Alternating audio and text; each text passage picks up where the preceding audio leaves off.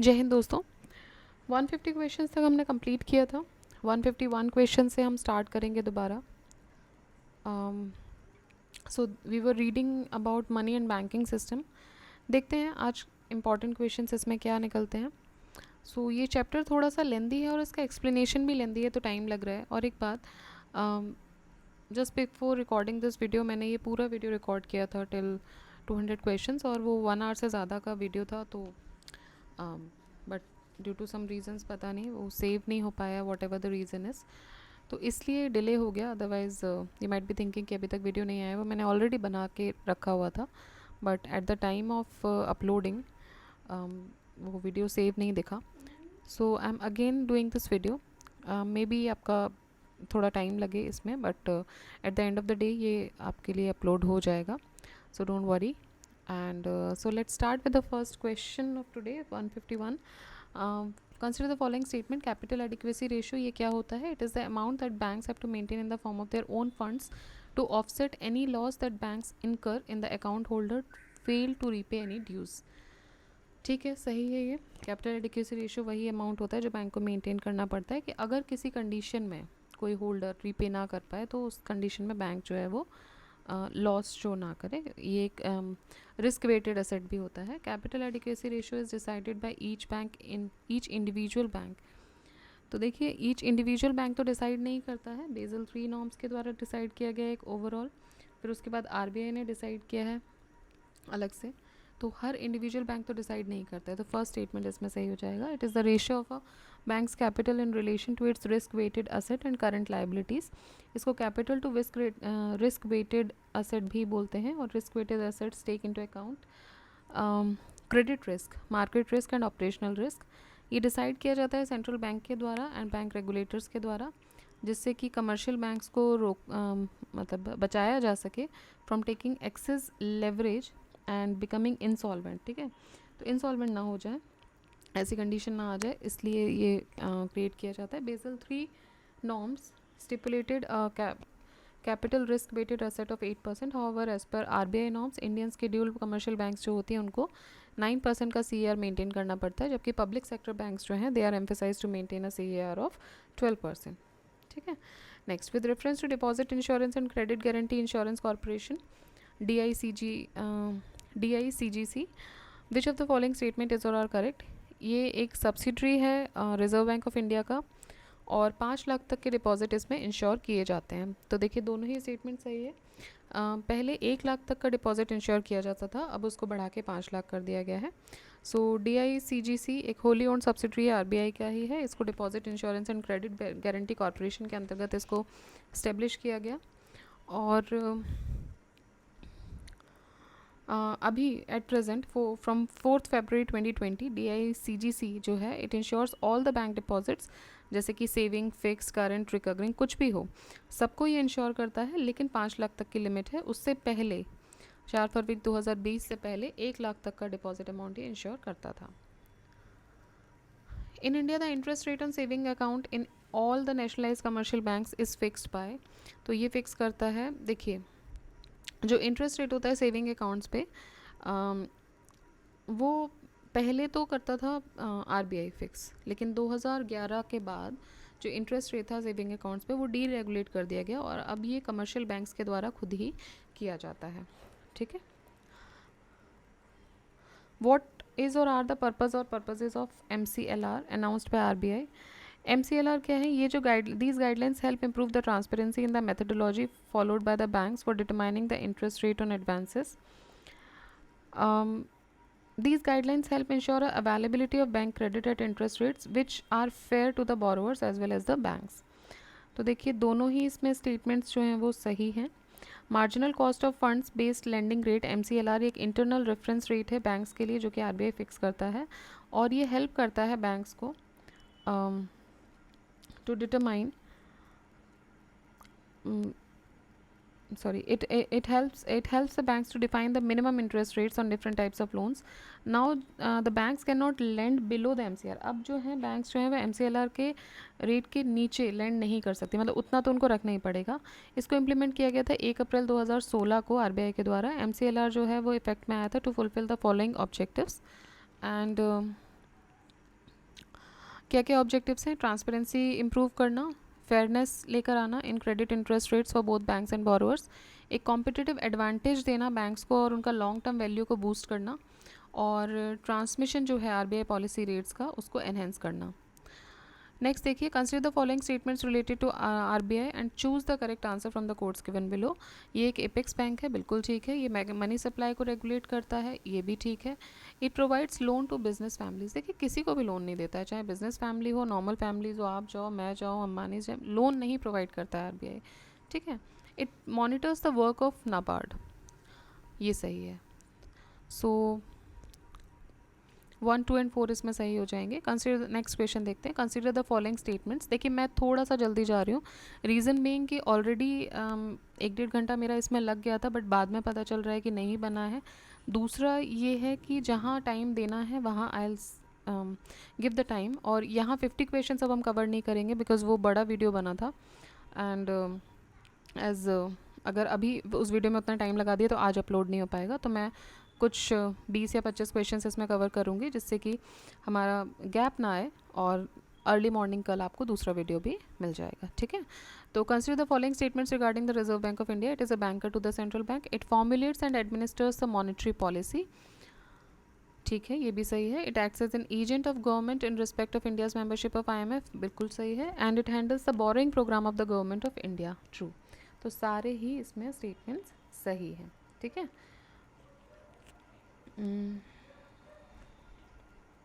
देखिए reserve Bank of India जो है इस्टेब्लिश हुआ था 1 अप्रैल 1935 को आरबीआई एक्ट 1934 के अंतर्गत।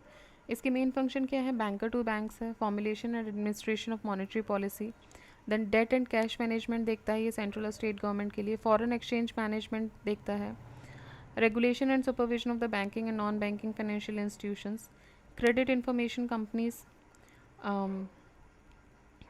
including the credit information companies, management of foreign exchange reserves, banker to the central and state governments, oversight of the payment and settlement system, currency management, developmental role, research and statistics, तो ये सारे काम करता है। साथ ही साथ ये RBI जो है एक गवर्नमेंट के एजेंट के तौर पे भी काम करता है in respect of India's membership in IMF। Alright, next, who is the fiscal agent and adviser to the government of India?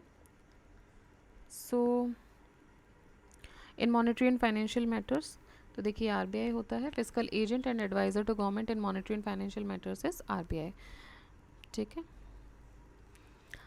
और जब भी आरबीआई गवर्नमेंट को एडवाइस करने के लिए फाइनेंशियल मैटर्स पे आरबीआई को बोलेगा तो आरबीआई को has to do so, okay, monetary and banking related matters. Consider the following statement. The Reserve Bank of India manages and services Government of India securities but not any state government securities. देखिए ये गलत हो जाएगा, किसी भी state government की securities नहीं करेगा, सही नहीं है। स्टेट के साथ एक एग्रीमेंट होता है उनका, अगर स्टेट मान जाता है तो अकॉर्डिंगली फिर वो स्टेट के जो सर्विसेज हैं उसको भी मैनेज करते हैं, या स्टेट के जो सिक्योरिटीज़ हैं उसको भी मैनेज करते हैं, ठीक है। Treasury bills are issued by Government of India and there are no treasury bills issued by the state government. This is true. Treasury bills क्या होते हैं? शॉर्ट टर्म बॉन्ड्स होते हैं जो कि गवर्नमेंट ऑफ इंडिया ही इशू कर, short term मतलब कि लेस देन 1 ईयर के, स्टेट नहीं करता है। Treasury bills offers are issued at discount from the par value, ये भी बिल्कुल सही है। ट्रेजरी बिल का जो ऑफर है वो पार वैल्यू पे at a discount from par value, कहने का मतलब ये है कि लेट से आपको कोई एक ट्रेजरी बिल आपके लिए लाया गया 1000 रुपये का, ठीक है, आपसे बोला गया कि 1000 रुपये का ट्रेजरी बिल है, उसकी फेस वैल्यू 1000 है, मतलब नोट मान लीजिए एक नोट है जिस पे 1000 रुपये लिखे हुए हैं। अब उन्होंने वो आपको 1000 रुपये का नोट कितने में दिया? They have given you this in 990, okay. तो 990 में आपने वो 1000 का नोट खरीदा, लेकिन जब आप उसको वापस करोगे तो आपको 1000 रुपये ही मिलेंगे, तो आपको फ़ायदा हो रहा है 10 रुपये का, ठीक है। तो ये होता है बेसिकली, इस पर कोई इंटरेस्ट नहीं होता है, लेकिन हाँ आपको फेस वैल्यू पे ही मिलता है, आप खरीदते कम है और मिलता फेस वैल्यू पे है। ऑलराइट, तो ये स्टेटमेंट भी सही हो जाएगा, एक बार फिर भी देख लेते हैं। A government security is a tradable instrument जो कि गवर्नमेंट इशू करती है, सेंट्रल गवर्नमेंट या state government. It acknowledges the government debt obligation, such securities are short term, usually इनको ट्रेजरी बिल्स बोलते हैं, with original maturities of less than 1 year, और long term usually called government bonds और dated securities जिनका original maturity होता है 1 साल से ज़्यादा। इंडिया में सेंट्रल गवर्नमेंट दोनों ही इशू करता है, ट्रेजरी बिल भी करता है और बॉन्ड्स भी करता है और डेटेड सिक्योरिटीज़ भी करता है, जबकि जो स्टेट गवर्नमेंट होता है वो सिर्फ बॉन्ड्स ही इशू करता है, ट्रेजरी बिल्स नहीं करता है, ठीक है, जिनको बोलते हैं state development loans, SDLs। Treasury bills और टी बिल्स ये ज़ीरो कूपन सिक्योरिटी होते हैं एंड पे नो इंटरेस्ट। इंस्टेड इनको इशू किया जाता है एक डिस्काउंट रेट पे और इनको रिडीम किया जाता है फेस वैल्यू पे मैच्योरिटी के टाइम पे। जैसे कि 91 डेज़ के लिए कोई एक टी बिल इशू किया गया 100 रुपये में, ओके, जो हम बात कर रहे थे अभी, तो फेस वैल्यू उसकी क्या हो गई, 100 रुपये हो गई, और उसको इशू कर रहे हैं वो 98.50 पे, तो आपको 1.5 रुपये का फ़ायदा हो गया। आपको डिस्काउंट कितना मिला, 1.5 रुपये का, तो आपको जब रिडीम होगा तो वो 1.5 रुपये आपको 100 रुपये का ही वो वापस करेंगे। तो ये होता है T bill. And in terms of section 21A of RBI act 1934, RBI जो है वो किसी भी एग्रीमेंट के माध्यम से स्टेट गवर्नमेंट के साथ कोई भी जो पब्लिक डेट का मैनेजमेंट का है वो इसके बारे में एग्रीमेंट कर सकता है, ठीक है। Accordingly RBI has entered into agreements with 28 states and governments and 3 UTs, इसमें 3 UTs भी हैं, पुदुचेरी, जम्मू कश्मीर और Ladakh, for the management of the public debts. Thus RBI manages and services the central government GSECs as well as the SDLs of these states. तो यहाँ से ये clear हो जाता है कि स्टेटमेंट 2 और 3 करेक्ट है, ठीक है। नेक्स्ट देखते हैं, treasury bills are sold in India by, तो ट्रेजरी बिल्स इंडिया में बेचे जाते हैं किसके द्वारा, RBI के द्वारा, ठीक है। ट्रेजरी बिल्स किसके द्वारा बेचे जाते हैं, RBI के द्वारा बेचे जाते हैं, which are money market instruments, short term debt instruments हैं जो कि इशू किए जाते हैं गवर्नमेंट ऑफ इंडिया के द्वारा। ट्रेजरी बिल को पहली बार इशू किया गया था 1917 में और इनको बेचा जाता है RBI के द्वारा ऑक्शन बेसिस पे, इनका ऑक्शन होता है और ये प्रेजेंटली इशू किए जाते हैं 3 टेनर्स में, 91 days, 182 days and 364 days. With reference to India, consider the following statements. Retail investors through Demat account can invest in Treasury bill and Government of India debt bonds in primary market. Retail investors through Demat account can invest in Treasury bills and Government of India debt bonds in primary market. Okay, सही है, retail investors कर सकते हैं, ठीक है। एक retail direct scheme आई थी उसके माध्यम से ये किया जा सकता है। दूसरा है negotiated dealing system order matching is a government security trading platform of the Reserve Bank of India. Third है central depository services limited is jointly promoted by Reserve Bank of India and Bombay Stock Exchange, ठीक है। देखिए इसकी अगर हम बात करें central depository services की, तो ये इनिशियली बॉम्बे स्टॉक एक्सचेंज इसको करता था, बाद में इसको डाइवेस्ट कर दिया गया था, मतलब इसको जो आपके कमर्शियल बैंक्स हैं उनकी तरफ। तो ये तो आपका गलत हो जाएगा, फर्स्ट और सेकंड स्टेटमेंट इसमें सही है। RBI ने रिटेल डायरेक्ट स्कीम लॉन्च की थी नवंबर 12, 2021 को वन स्टॉप एक्सेस देने के लिए, to facilitate the investment in government securities by the retail investors. It aims to promote retail participation in government securities by providing the prices or codes to retail direct gilt account holders, enabling them to buy or sell the securities under the RBI retail direct scheme. Statement 1 तो correct हो गया। Negotiated dealing system order matching, ये एक screen based electronic anonymous order matching system है secondary market trading के लिए in government securities, जो कि RBI ओन करता है। प्रेजेंटली जो मेंबरशिप है इस सिस्टम की वो ओपन है बैंक्स के लिए, प्राइमरी डीलर्स के लिए, इंश्योरेंस कंपनीज़ के लिए, म्यूचुअल फंड्स, और ये जो प्राइमरी मेंबरशिप है it is permitted by RBI to become the members of NDS-OM, ठीक है। तो आप RBI से परमिशन लेके आप मेंबर्स बन सकते हो। गिल्ट अकाउंट होल्डर्स जिनका which have gilt account with the PMs are permitted, PMs मतलब प्राइमरी मेंबर्स, ठीक है, they are permitted to have indirect access. तो वो गिल्ट अकाउंट होल्डर्स जो हैं और जिनका गिल्ट अकाउंट है प्राइमरी मेंबर्स के साथ, उनको परमिशन मिल सकती है कि वो इनडायरेक्ट एक्सेस उनको मिल जाए NDS-OM सिस्टम का, मतलब कि वो रिक्वेस्ट कर सकते हैं अपने प्राइमरी मेंबर्स को कि भाई हमारा ऑर्डर्स जो है वो आप प्लेस कर दो ऑन देयर बिहाफ, इनके बिहाफ पे।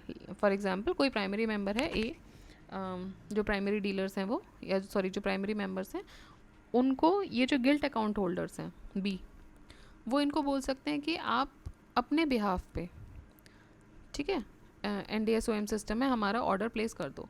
तो स्टेटमेंट 2 भी इसमें से करेक्ट हो जाता है, ठीक है, क्योंकि ये बोल रहे हैं negotiated dealing system order matching ये is a government security trading platform of Reserve Bank of India, तो सही है। थर्ड ये बोल रहे हैं central depository services limited CDSL, ये बना था 1999 में to fulfil the goal of convenient dependable and secure depository services at affordable cost to all market participant. CDL initially promote किया गया था बॉम्बे स्टॉक एक्सचेंज के द्वारा जो कि बाद में डाइवेस्ट कर दिया जिसने अपना स्टेक लीडिंग कमर्शियल बैंक्स में। ये promote, it is not promoted by RBI, ठीक है, तो ये RBI प्रमोट नहीं करता, इसलिए ये गलत है। नेक्स्ट बात करते हैं Reserve Bank of India. It does not carry out the transactions of which government? Nagaland, Jammu Kashmir, Punjab, Assam. देखिए सिक्किम को छोड़ के, ये स्टार इसलिए है इसमें क्योंकि आंसर सिक्किम है, सिक्किम को छोड़ के बाकी सारी जो गवर्नमेंट है उसको कैरी आउट करता है रिजर्व बैंक ऑफ इंडिया उसके ट्रांजेक्शन्स। एक बार एक्सप्लेनेशन देख लेते हैं। State government transaction are carried out by RBI in terms of agreement entered into which into with the state governments in terms of section 21A of the RBI Act 1934. As of now, such agreement exists between RBI and all the state governments except the government of Sikkim. तो ये जो legal provision है vest Reserve Bank of India with both the right and obligation to function as a banker to all the state government, तो सारे state government के banker के तौर पे काम करता है except the state of Sikkim, ठीक है। नेक्स्ट देखते हैं Reserve Bank of India regulates the commercial banks in matters of, किस किस में रेगुलेट करती है कमर्शियल बैंक्स, किस किस मैटर में कमर्शियल बैंक रेगुलेट करती है? लिक्विडिटी ऑफ एसेट्स करती है, ब्रांच एक्सपेंशन में करती है, बैंक का मर्जर हो उसमें रेगुलेट करती है, और किसी बैंक को वाइंड अप करना हो, ख़त्म करना हो तो उसमें भी करती है। तो ये सारे काम जो हैं RBI रेगुलेट करती है। साथ ही साथ लिक्विडिटी कंट्रोल करती है SLR CRR के थ्रू, ब्रांच एक्सपेंशन को कंट्रोल करती है, ठीक है। नेक्स्ट देखते हैं which of the following statement is not correct? RBI is the central bank of the country, बिल्कुल सही है। RBI is the banker of the central and the state government, हमने अभी देखा, except the state of Sikkim. RBI is the custodian of country's foreign exchange reserve, बिल्कुल सही है। RBI was established इन 1949, देखिए ये गलत है, RBI स्टेब्लिश हुआ था 1935 में, 49 में नेशनलाइजेशन हुआ था, 35 से लेके 49 तक वो एक प्राइवेट बैंक की तरह काम करता था, ठीक है। उसके बाद 49 में आफ्टर इंडिपेंडेंस उसको नेशनलाइज किया था। सो क्या क्या काम है RBI के? इशूअर ऑफ नोट्स है, बैंकर टू द गवर्नमेंट है, बैंकर्स बैंक है, क्रेडिट रेगुलेट करता है, फॉरेन एक्सचेंज रिजर्व्स रेगुलेट करता है, मेंटेन करता है, development, role in the development of country, ये भी है क्योंकि RBI जो है वो एडवाइजरी फंक्शंस करता है to the government of India relating to the financial matters. Headquarter RBI का कहाँ है? हेडक्वार्टर है RBI का मुंबई में। देखिए जब 35 में जब ये बना था तो हेडक्वार्टर कोलकाता में रखा गया था, 2 ही साल बाद 1937 में मुंबई में शिफ्ट कर दिया गया था, तब से परमानेंट हेडक्वार्टर मुंबई में है। When was the Reserve Bank of India establish? तो ये तो अब ईजी हो गया, 1935। Bankers bank is Reserve Bank of India. In India the central banks function as the lender of the last resort, usually refers to which of the following, ठीक है। RBI को हम lender of the last resort बोलते हैं। अब इसका मतलब ये तो नहीं हुआ कि भाई आपने जितनी भी शेड्यूल बैंक्स हैं या नॉन शेड्यूल बैंक्स भी हैं, प्राइमरी बैंक, प्राइवेट बैंक्स हैं, जितना भी कुछ है आपने सबसे जाके पैसा मांग लिया, सब ने आपको मना कर दिया, तो आप जाते हैं RBI के पास कि भाई अब आप ही दे दो, कोई नहीं दे रहा है, तो आपको लगता है RBI दे देगा, नहीं, RBI नहीं देगा, ठीक है। तो इसका मतलब ये नहीं है कि lander of the last resort का मतलब कि भाई मर्सी पिटिशन नहीं है ये प्रेसिडेंट की कि फांसी की सज़ा होगी, now you have one more option left with you, no. Lending of the last resort का मतलब होता है कि बैंक्स को लिक्विडिटी प्रोवाइड करना, ठीक है। टेम्प्रेरी क्राइसिस में अगर कोई बैंक इंसॉल्वेंट होने की कगार पे आ जाए तो उसको टेम्प्रेरी क्राइसिस को दूर करने के लिए उसकी RBI कुछ हद तक हेल्प कर सकती है, उसको बोलते हैं lender of the last resort, ठीक। तो इसमें फर्स्ट स्टेटमेंट क्या है? Lending to trade and industry bodies when they fail to borrow from other sources, नहीं भाई ये काम RBI का नहीं है। Providing liquidity to the banks having a temporary crisis, true, temporary crisis, अब बंद होने की कगार पे ही आ जाएगी तो पूरा पैसा नहीं दे देगा। Lending to governments to finance the budgetary deficits, नहीं, यहाँ के लिए पैसा आएगा या तो CFI से या कंटिजेंसी फंड ऑफ इंडिया से। Who maintains the foreign exchange reserves in India? तो ये RBI करता है। Which among the following controls the credit creation by commercial banks in India? RBI. Which of the following statement is not correct regarding the RBI? It issues all types of currency notes. 1 रुपये का note छोड़ के बाकी सब issue कर देता है ये, ठीक है। 1 रुपये का नोट जो है वो गवर्नमेंट ऑफ इंडिया इशू करती है, सिग्नेचर होते हैं उसमें फाइनेंस सेक्रेटरी के लिए, और बाकी सारे नोट्स में आपने देखा ही होगा कि RBI गवर्नर के सिग्नेचर होते हैं। 1994 तक 1 रुपये का नोट जो है वो इशू किया गया था। It functions as a branch bank of the government of India, सही है। बैंकर्स बैंक है, ये भी सही है, और फॉरेन करेंसी को एक्सचेंज करता है, ये भी सही है। तो बाकी सारे स्टेटमेंट्स इसमें सही हैं, फर्स्ट स्टेटमेंट गलत है। ठीक है, तो आज हम यहीं तक रखते हैं, मैं इसको अपलोड करती हूँ और तब तक आप रिवाइज़ कीजिए। आपको बहुत ही जल्द इसका आगे का वीडियो मिल जाएगा। ऑल दो मैंने 200 तक किया था, but as I told you नहीं हो पाया, कोई बात नहीं, इसको हम दोबारा से इसको कंटिन्यू करेंगे 171 से। Okay, keep revising, keep studying. जय हिंद, जय भारत।